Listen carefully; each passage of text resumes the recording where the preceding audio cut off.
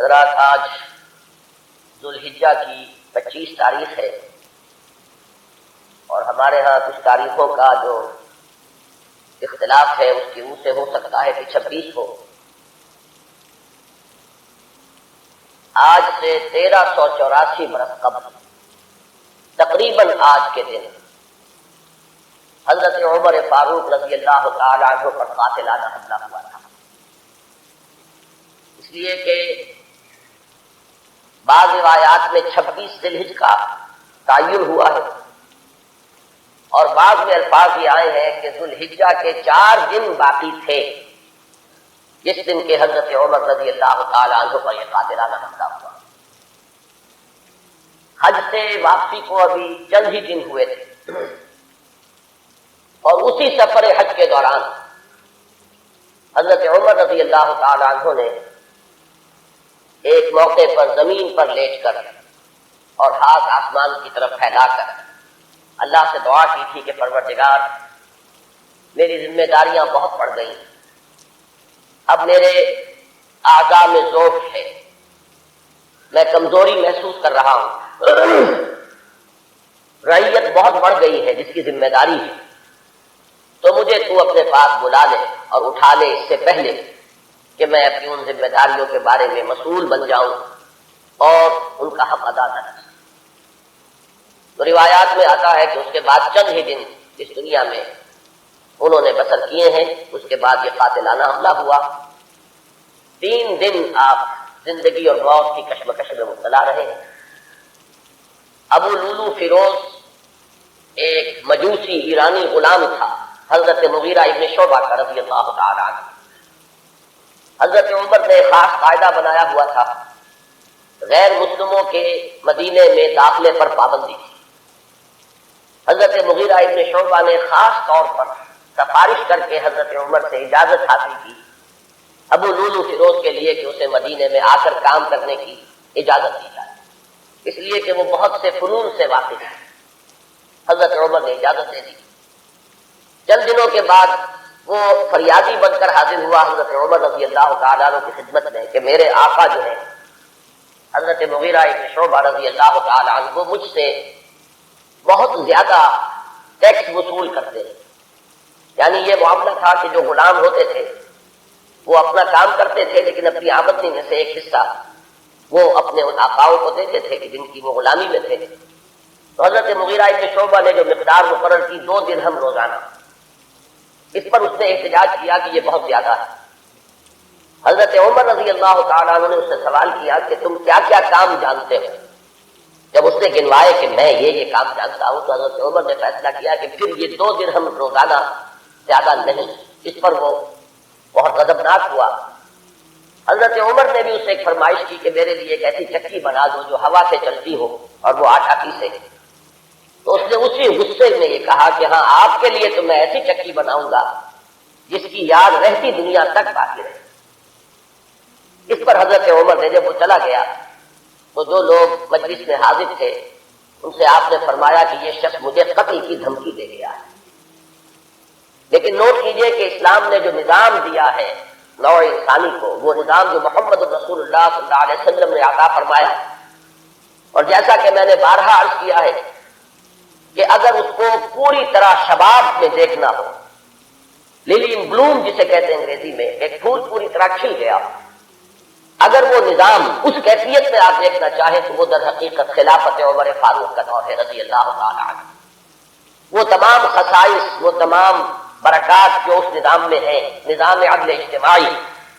وہ اپنے نقطۂ عروج پر نظر آتے ہیں حضرت عمر فاروق رضی اللہ تعالی عنہ کے عہد خلافت۔ اسی نظام کا ایک پہلو یہ بھی ہے کہ انسان طبعاً آزاد ہے، اس کی آزادی پر کوئی قدغن، کوئی بندش بغیر کسی ثبوت کے نہیں لگائی جا سکتی۔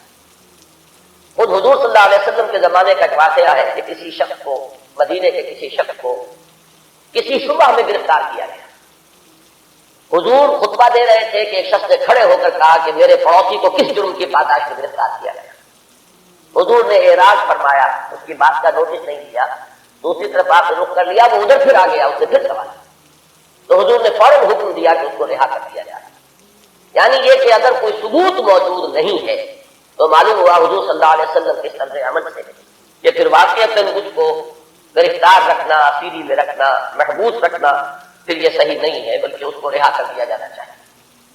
یہی معاملہ ہمیں نظر آتا ہے اپنی آخری تکمیلی شان میں کہ حضرت عمر یقین کے ساتھ یہ بات کہہ رہے ہیں کہ یہ شخص مجھے قتل کی دھمکی دے گیا ہے،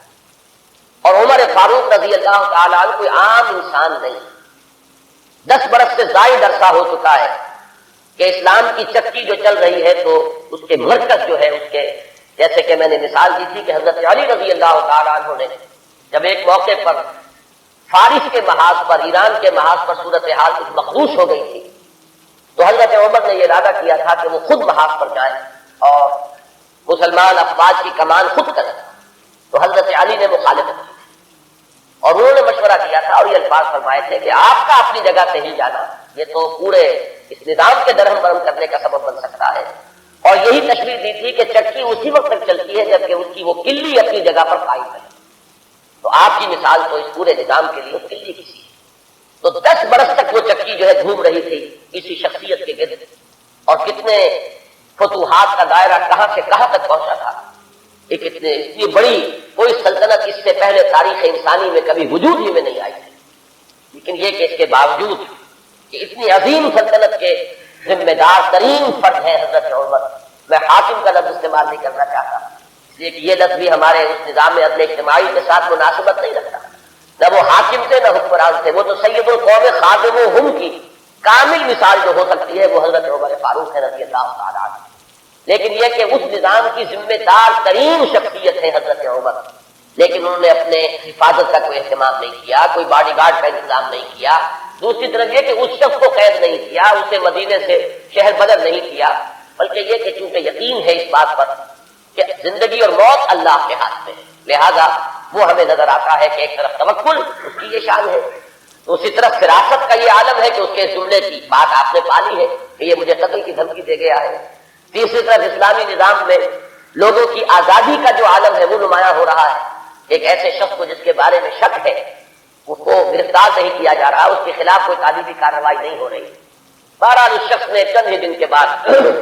فجر کی نماز جب حضرت عمر فاروق ادا کرنے کے لیے آگے بڑھے ہیں اور آپ نے نیت باندھی، یہ شخص پہلی صف میں موجود تھا اور اس کا خنجر جو ہے 2 دھاری خنجر دونوں طرف اس کے جو ہے وہ دھار تھی، اس کو اس نے حضرت عمر رضی اللہ تعالیٰ عنہ پر جو وار کیے تو 6 وار حضرت عمر پر اس نے بے بفے کیے، حضرت عمر گر گئے رضی اللہ تعالیٰ عنہ۔ حضرت عبد الرحمن ابن عوف نے مختصر ترین صورتوں کے ساتھ پھر وہ نماز فجر ادا کروائی۔ نماز کا یہ عالم ہے کہ یہ نہیں ہوا کہ وہ درہم برہم ہو گیا ہو نظام، لیکن یہ کہ چونکہ جیسے کہ میں ابھی یہ لفظ استعمال کر رہا تھا کہ اس وقت جو وہ نظام مملکت تھا یا نظام حکومت تھا اس میں مرکزی حیثیت حضرت عمر فاروق کی تھی رضی اللہ تعالیٰ عنہ، اسی طرح اسلام کے نظام میں یہ اقامت صلاۃ ہے کہ اس کی وہی اہمیت ہے کہ اگرچہ حضرت عمر فاروق زخمی ہو گئے گر گئے لیکن جماعت کا نظام وہ درہم برہم نہیں ہوا ہے، نماز ادا کی گئی ہے 2 رکعتیں جو ہے مختصر ترین قرات کے ساتھ، پھر لوگوں نے اس کو پکڑنے کی کوشش کی ہے تو اس نے مزید وار کر کے 13 افراد کو اور زخمی کیا۔ ایک شخص جب اس طریقے سے بکھرا ہوا ہو اور دوسرے لوگ تیار نہ ہو تو صورتحال سمجھ میں آتی ہے، ان میں سے 6 حضرات جو ہے وہ شہید ہو گئے، معاملہ صرف حضرت عمر کا نہیں ہے، پکڑنے کی جب کوششیں ہر طرح سے ناکام ہو گئی تو کسی عراقی شخص کے بارے میں آتا ہے کہ اس نے کوئی کپڑا کمبل وغیرہ اس کے اوپر ڈالا ہے تب وہ قابو میں آیا ہے، لیکن پھر اس نے فوراً خودکشی کر لی۔ حضرت عمر رضی اللہ تعالیٰ عنہ نے سوال کیا، جیسے ہی آپ اس قابل ہوئے کہ سوال کر سکتے کہ میرا قاتل کون ہے، جب بتایا گیا کہ وہی ابو لولو فیروز ہے تو آپ نے اللہ کا شکر ادا کیا کہ اللہ کا شکر ہے کہ میرا قاتل کوئی مسلمان نہیں، یعنی جو بات کے 12-13 برس بعد ہونے والی تھی۔ حضرت عثمان رضی اللہ تعالیٰ عنہ کے قاتلین وہ جو بھی آپ انہیں کہیں نام نہاد مسلمان تھے، کلمہ گو تھے، وہ محمد رسول اللہ صلی اللہ علیہ وسلم کا کلمہ پڑھنے والے تھے، کلمہ شہادت کو انہوں نے اپنے لیے ڈھال بنایا۔ اس سے جو فتنہ شروع ہوا ہے جس کو میں اس سے پہلے بیان کر چکا ہوں کہ الفتنۃ الکبریٰ، سب سے بڑا فتنہ جو ہے وہ حضرت عثمان رضی اللہ تعالیٰ عنہ کی شہادت سے شروع ہوا ہے۔ اس سے پہلے یہ معاملہ اگرچہ حادثۃ الکبریٰ تو اسے آپ کہہ سکتے ہیں بہت بڑا حادثہ ہے، لیکن یہ ہے کہ اس سے کسی فتنے کا آغاز نہیں ہوا، بلکہ یہ کہ اس کے بعد بھی وہ چکی اسی طرح چلتی رہی، کم و بیش 10 برس ہے حضرت عثمان رضی اللہ تعالیٰ عنہ کے عہد خلافت کے کہ وہ بھی اسی شان کے حامل ہے، وہی یکجہتی ہے، وہی امن و امان ہے، اسی طرح فتوحات کا سلسلہ جاری ہے، انقلاب محمدی علی صاحب الصلاۃ والسلام کا سیلاب جو ہے وہ بڑھ رہا ہے اسی شان سے، جو میں نے بارہا آپ کو سنایا ہے اقبال کا یہ